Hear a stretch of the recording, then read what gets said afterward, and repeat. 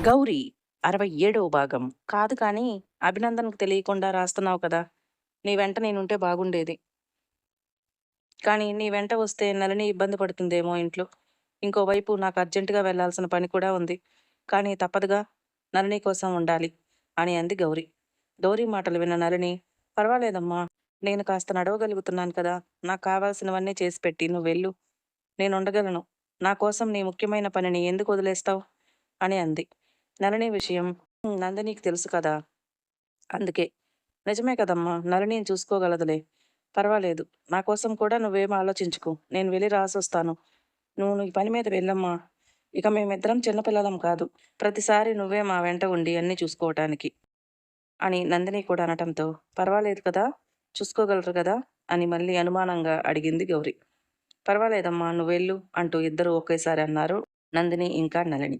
అలా మరుసటి రోజు ఉదయం 6 గంటలకల్లా కూతుర్లకు కావాల్సినవన్నీ అమర్చిపెట్టి వెళ్ళిపోయింది గౌరి. పరీక్షలు రాయటానికి తయారవుతున్న నందిని దగ్గరకు వెళ్ళి, అక్క, ఒక్కదానివే వెళ్తున్నావా అని అంది నళిని. లేదు నళిని, నందగోపాల్ తోడుగా వస్తాడు అని చెప్పింది నందిని. ఆ మాట వినగానే నళినిలో ఉత్సాహం. అక్క, నేను కూడా వస్తాను అని అడిగింది వెంటనే. పర్వాలేదు నళిని, నందగోపాల్ ఉంటాడుగా. నీకోసం కాదక్క, నా కోసం వస్తాను అని అంది నళిని. అదేంటి నీకోసం రావటం అని నందిని అడగటంతో కొంచెం తడబడింది నళిని. అంటే ఇంట్లో ఉంటే బోరింగ్గా ఉందా? ఒక్కదాన్నే ఉండాలంటే చాలా కష్టం. అందుకే నీతో పాటు వస్తా అన్నాను. అలాగే ఎగ్జామ్ అయిపోయిన తర్వాత కాస్త షాపింగ్ కూడా చేసుకుని వద్దాం. కొన్ని వస్తువులు తీసుకునేది ఉంది అని నళిని అనటంతో, సరే అయితే నందగోపాల్ని రావద్దని చెప్తాను. ఎలాగో నువ్వు తోడుగా ఉంటావు కదా అని అంది నందిని కావాలని. నిజానికి నందగోపాల్ని రమ్మన్నది కాస్త మాట్లాడటానికి వెసులుబాటుగా ఉంటుంది అని. నళిని కూడా నందగోపాల్ కోసం వస్తుంది అని అర్థమైన నందిని నళిని ఎలా స్పందిస్తుందో చూడాలని కావాలని అలా అంది. అంత పని మాత్రం చేయకక్క అని గబుక్కున అనేసింది నళిని విచిత్రంగా చూస్తూ. అదేంటి అలా అంటున్నావు అని అంది నందిని. అంటే నువ్వు లోపల ఎగ్జామ్ రాస్తున్నంతసేపు నేను ఒంటరిగా ఉండాలంటే కష్టం కదా. నేను రాకుండా నందగోపాల్ వచ్చినా కూడా నందగోపాల్ ఒక్కడికి కూడా బోర్ కొడుతుంది. అదే ఇద్దరం ఉన్నామనుకో, నువ్వు ఎగ్జామ్ రాసుకోవచ్చు, నాకేదీ ఇబ్బంది ఉండదు. ఓహో, అలా అంటావా? సరే సరేలే, త్వరగా కానివ్వు మరి అని ఆలోచనలో పడింది నందిని. అక్క ఒప్పుకోవటంతో ఉత్సాహంగా పరుగు తీసింది నళిని. రాత్రి నందగోపాల్తో మాట్లాడింది నందిని. గౌరీ పని మీద వెళ్తుంది అని చెప్పటంతో తన ఫ్రెండ్ కార్ తీసుకుని ఉదయాన్నే ఊరికి వస్తానని చెప్పాడు నందగోపాల్ నందినిని తీసుకువెళ్ళటానికి. కానీ దానికి నందిని ఒప్పుకోలేదు. ఊర్లో ఎవరైనా చూస్తే ఇబ్బంది అవుతుంది అని. నందిని ఇబ్బంది గురించి ఆలోచించిన నందగోపాల్, అయితే బస్సులో వచ్చి బస్టాండ్లో దిగు, అక్కడ నుంచి పికప్ చేసుకుంటా అని చెప్పాడు. అక్కడ ఇంట్లో నందగోపాల్ చాలా హుషారుగా తయారవుతున్నాడు. నందినితో కాసేపు సమయం గడిపే అవకాశం వచ్చిందని. అతని ఆనందం చాలా రోజుల తర్వాత ఎంతో హుషారుగా ఆనందంగా ఉన్న కొడుకుని తృప్తిగా చూసుకున్నాడు నరసింహం. నందిని నళిని ఇద్దరూ తయారై బస్టాండ్కి చేరుకున్నారు. బస్ ఎక్కి పట్టణంలోకి బస్టాండ్లో దిగారు. నందిని కంటే ముందు వచ్చి ఎదురు చూస్తున్నాడు నందగోపాల్. వస్తున్న ప్రతి బస్సు వైపు ఆశగా చూస్తూ, అది వారి ఊరి బస్సు కాదు అనుకుని నిరుత్సాహపడుతూ ఎంతో ఎదురు చూస్తున్నాడు నందగోపాల్. అతని ఎదురుచూపులు ఫలించి వాళ్ళ ఊరు బస్సు వచ్చింది. అందులో నందిని దిగుతుందని ఆశపడుతుంటే నందిని వెనకాలే నళిని కూడా దిగింది. ఒక్కసారిగా టైర్లో గాలి తీసిన వాడిలా అయిపోయాడు. ఈ పిల్ల దయ్యం ఎందుకు వస్తున్నట్లు? నందిని కోసం తప్పక వెళ్ళి కలవాల్సి వస్తుంది అప్పుడప్పుడు. ఇప్పుడు నందిని ఎగ్జామ్ అయిపోయే వరకు భరించాలా ఏంటి అని అనుకుని డీలా పడిపోయాడు. తనను చూడగానే ఆశగా మెరిసిన నందగోపాల్ కళ్ళు నళినిని చూడగానే డీలా పడిపోవటం కూడా గమనించింది నందిని. నళినిని కొరకొరా చూస్తూ నందినిని చేరుకున్నాడు నందగోపాల్. చాలా రోజుల తర్వాత నందగోపాల్తో నేరుగా మాట్లాడే అవకాశం వచ్చిందని ఆనందం నందినిలో. కానీ ఇంకోవైపు నళిని చూస్తూ ఏం జరగబోతుందో అర్థం కాని అయోమయం. బాగున్నావా నందిని అని అడిగాడు నందగోపాల్. రాత్రేగా మాట్లాడింది, అప్పుడే బాగోకేమవుతుంది అని అంది నళిని. నళిని వైపే కోపంగా చూస్తూ, పద ముందు వెళ్దాం, వెళ్తూ మాట్లాడుకోవచ్చు అంటూ స్నేహితుడి దగ్గరకు తెచ్చిన కార్ దగ్గరికి వెళ్ళాడు నందగోపాల్. అతన్ని అనుసరిస్తూ వెళ్ళారు అక్కా చెల్లెళ్ళిద్దరూ కూడా. కారుని చూస్తూనే, కారు ఎప్పుడు కొన్నావు? ఎప్పుడు వచ్చినా నా దగ్గరికి బైక్ మీదనే వస్తావు కదా అని అంది నళిని. ఫ్రెండ్ది తీసుకొచ్చాను అని అన్నాడు. ఏ, ఎందుకు తీసుకురావటం? నీ బైక్ మీద వెళ్ళొచ్చు కదా. ఓ, నేను కూడా వస్తున్నానని అక్క చెప్పిందా, అందుకే కార్ అంటూ గబగబా కారు వైపుకు వెళ్ళింది నళిని. నందగోపాల్ వైపు మెచ్చుగోలుగా చూసింది నందిని. అతను కావాలనుకుంటే నందిని కోసం బైక్నే తీసుకురావచ్చు. కానీ సభ్యత కాదు అనుకుని అలా కార్ తీసుకుని వచ్చాడు. అతనికేమీ నళిని వస్తున్నట్లు తెలియదు.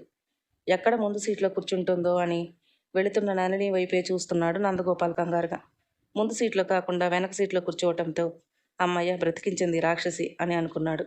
నిజానికి ముందు సీట్లోనే కూర్చోవాలి అని అనిపించినా మళ్ళీ అక్క ఏమనుకుంటుందో అని వెనక కూర్చుంది నళిని. ఇద్దరూ వెళ్ళి కారు ఎక్కాక ముందుకు పోనిచ్చాడు నందగోపాల్. స్నేహితులని అడిగి మరీ వారి కారు తీసుకురావాల్సిన అవసరం ఏముంది, ఆటోలో వెళ్ళిపోయే వాళ్ళం కదా అని అంది నందిని నందగోపాల్తో. ఇక మీద ఆ అవసరం రాదులే అని అన్నాడు. ఏ ఎందుకు రాదు అని అంది నందిని. ఎందుకంటే కారు కొనబోతున్నాను కాబట్టి. జాబ్ ఉంది కదా, ఎలాగో లోన్ పెట్టేసి కారు కొంటాను, నెల నెల ఈఎంఐ కడితే సరిపోతుంది అని అన్నాడు. నందిని ఇక ఏమీ మాట్లాడలేదు. అంతకంటే ఎక్కువగా అడగటం మంచిది కాదు అని అనుకుంది. కానీ నళిని మాత్రం అప్పు చేసి మరీ కొనాల్సిన అవసరం ఏంటో అని అంది. నళిని వైపు కొంచెం కోపంగా చూస్తుంది నందిని. వెంటనే తన మాటల్ని ఆపేసింది నళిని. ఎప్పటికైనా కావాల్సిందే కదా, అదేదో ఇప్పుడే కొంటాను అని అన్నాడు నందగోపాల్. ఇక మాట్లాడలేదు ఎవరు కూడా. నందిని ఎగ్జామ్ రాయాల్సిన సెంటర్ని చేరుకున్నారు. అప్పుడు నందిని నందగోపాల్తో మాట చెప్పింది. చెల్లికి ఏదో షాపింగ్ చేయాల్సి ఉందట. నేను ఎగ్జామ్ రాసేలోపు మీరిద్దరూ వెళ్ళి ఆ పని ఏదో చూసుకురండి, త్వరగా ఇంటికి వెళ్ళొచ్చు అని అంది నందిని. నందిని మాటలకి చాలా సంతోషంగా అనిపించింది నళినికి. కానీ నందగోపాల్ మాత్రం, అదేంటి నందిని అలా అంటావు, నువ్వు వచ్చాక వెళ్దాం, నువ్వు కూడా ఏదైనా కొనుక్కుందు గాని అని అన్నాడు. లేదు, ఈ షాపింగ్ అవి నాకు అంతగా ఇష్టం లేదు. ఇప్పుడు నేను రాలేను, మీరు ఎలాగో ఖాళీగానే ఉండాల్సి వస్తుంది కదా, అదేదో ఆ పని చేసుకోండి, అన్నీ అయిపోతాయి అని అంటూ లోపలికి వెళ్ళిపోయింది నందిని. నందినితో గడపొచ్చు అని ఆశపడి వస్తే ఆ అవకాశం ఇవ్వటం లేదు. పైగా ఈ రాక్షసి చేతికి చిక్కాను అని అనుకుని నళిని వైపు చూశాడు. మతాబుల్లా వెలిగిపోతున్నాయి నళిని కళ్ళు. పద పద త్వరగా వెళ్దాం అంటూ వెళ్ళి ముందు సీట్లో కూర్చుంది నళిని. కారు ఎక్కి కూర్చుని నళిని వైపు చూస్తూ, ఏం ఎప్పుడు షాపింగ్ చేయలేదా, అదేదో ఇప్పుడే మొదటిసారిగా చేస్తున్నట్లు అంతలా సంబరపడిపోతున్నావు అని అన్నాడు. నీతో కలిసి చేయలేదుగా అని అంది సంతోషంగా. ఏంటి అంటూ అనుమానంగా చూశాడు నళిని వైపు. అదే అదే, నువ్వెప్పుడు చూసినా నన్నేదో ఒకటి అంటుంటావు కదా, ఈరోజు నా షాపింగ్ నీతో విసుగొచ్చేలా చేసి నీ మీద పగ తీర్చుకుంటాను అని అంది. ఏడ్చావులే, నేనేం నీతో పాటు లోపలికి రాను, ఎక్కడికి వెళ్ళాలో చెప్పు, అక్కడికి తీసుకెళ్తాను, నేను కారులోనే వెయిట్ చేస్తాను అని అన్నాడు. గుర్రున నందగోపాల్ వైపు చూసింది. ఈ చూపులో నువ్వు నన్నేం చేయలేవు అంటూ ముందుకు పోనిచ్చాడు. కొంత దూరం పోయిన తర్వాత, అలా కారులో వెళ్ళే కంటే బైక్లో వెళ్తే చాలా బాగుంటుంది తెలుసా అని అంది. అర్థం కాక చూశాడు నళిని వైపు. అదే కారు కొంటున్నావు కదా, అసలు కారు కొనాల్సిన అవసరం ఏంటి, ఎలాగో నీకు బైక్ ఉంది కదా అని అంది నళిని. అయితే ఇప్పుడు కొంటున్న వాళ్ళంతా పిచ్చివాళ్ళు అని అన్నాడు నందగోపాల్. ఏమో నాకు తెలియదు, కానీ నీ విషయంలో మాత్రం రేపటి నాడు నువ్వు పెళ్లి చేసుకుంటావుగా, హాయిగా మీ ఆవిడతో బైక్ మీద వెళ్తే ఎంత బాగుంటుంది చెప్పు, ఇద్దరే ఒంటరిగా బైక్ మీద ఎంత దూరమైనా వెళ్ళిపోవచ్చు. అంతే, అదే కారు ఉందనుకో, అంత దూరం కదా అని కారులో వెళ్ళాలని అనుకుంటారు, అది లేకపోతే తప్పక బైక్ మీద వెళ్తారు, అప్పుడు ఎంత బాగుంటుంది అంటూ ఒక ట్రాన్స్లోకి వెళ్ళిపోయింది నళిని. నందగోపాల్ నందినిని ఊహించుకుంటూ ఉన్నాడు. సరేలే, కారు ఉన్నంత మాత్రాన బైక్ మీద వెళ్ళొద్దనేమైనా రూల్ ఉందా, అయినా దేనిలో ఉండే వెసులుబాటు దానిలో ఉంటుంది, ఇలాంటి పిచ్చి పిచ్చి మాటలన్నీ కట్టిపెట్టు అంటూ ఒక షాపింగ్ మాల్ ముందు ఆపాడు నళిని చెప్పిన అడ్రస్లో. ఆ తర్వాత తన సెల్ తీసుకుని ఏదో చూస్తూ ఉన్నాడు నందగోపాల్. అలాగే కూర్చుని నందగోపాల్ని చూస్తూనే ఉంది నళిని కోపంగా. కాసేపటి తర్వాత తల పైకెత్తి నళిని వైపు చూసి, ఏంటి ఇంకా వెళ్ళలేదా నువ్వు అని అన్నాడు. నువ్వు ఇక్కడ కూర్చుని ఏం పొడి చేస్తున్నావు, నాతో వస్తే నీ సొమ్మేం పోతుంది అని అంది నళిని. నన్ను ఏడిపించే అవకాశం నీకు ఇవ్వలేను, అయినా నాకు చాలా చిరాకు ఆ షాపింగ్ అంటే, ఇప్పుడు అక్క వచ్చి ఉంటే వచ్చేవాడివి కదా అని అంది నళిని. ఎందుకు కాదు, తప్పకుండా వచ్చి ఉండేవాడిని, నందినితో కాలం గడపటం అంటే నాకు చాలా ఇష్టం, అంతేకాని నీలాంటి దెయ్యం పిల్లతో కాదు అని అన్నాడు. అయితే రావా అని మళ్ళీ అడిగింది. రాను అని చాలా సులువుగా చెప్పేశాడు. అయితే సరే, నేను దిగి వెళ్ళి షాపింగ్ చేసుకుని అక్కడ నుంచి డైరెక్ట్గా వెళ్ళిపోతాను, నా కోసం ఏమీ ఎదురు చూడక్కర్లేదు, కష్టపడి వెళ్ళిపో ఇక్కడ నుండి అని షాపింగ్ మాల్ లోపలికి వెళ్ళిపోయింది నళిని.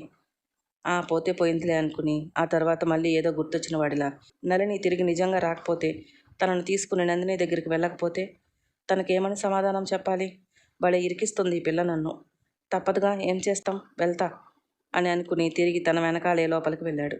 చుట్టూ చూసిన నందగోపాల్కి ఎక్కడా కనిపించలేదు నళిని. ఈ పిల్ల ఎక్కడ ఉందబ్బా అనుకుని చూస్తే దూరంగా ఓ చోట చైర్లో కూర్చుని బొంగుమూతి పెట్టుకుని చేతిని గడ్డం కాణించుకుని కూర్చుని ఉంది. దగ్గరగా వెళ్ళి, ఏంటి షాపింగ్ మాల్కి వచ్చి షాపింగ్ చేయకుండా ఎలా కూర్చున్నావు అని అన్నాడు. నీకెందుకు, నేనేం చేస్తే, నాతో నీకేం అవసరం లేదు కదా, నువ్వు ఇక్కడి నుంచి వెళ్ళిపో అని అంది. వెళ్ళిపోతే మీ అక్కకి ఏమని చెప్పను అని అన్నాడు.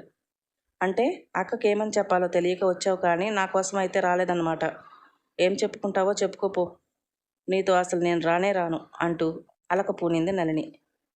ఇప్పుడు ఈ పిల్లని బ్రతిమలాడాలా? అదేదో ముందే వచ్చుంటే సరిపోయేది కదా, అంతా నా కర్మ అని షాపింగ్ మాల్లో ఓ పక్కగా ఉన్న బేకరీ దగ్గరకు వెళ్ళి 2 నిమిషాల్లో నళిని ముందు నిలబడ్డాడు. ఇటు చూడు ఏం తెచ్చానో అని అన్నాడు నందగోపాల్. నేను చూడను, నాకేం అవసరం లేదు అని అంది. అవసరం లేదా? అయితే ఇదిగో అక్కడ ఉందే ఓ పాప, ఆ పాపకి ఇస్తానైతే అని అన్నాడు. నందగోపాల్ నళిని ఎవరి కంటిలో పడబోతున్నారో మరో భాగంలో తెలుసుకుందాం. మన వీడియోలో మీకు నచ్చినట్లయితే ప్లీజ్ లైక్ చేయండి, షేర్ చేయండి, సబ్స్క్రైబ్ చేసుకోవటం మాత్రం మర్చిపోకండి. Thank you.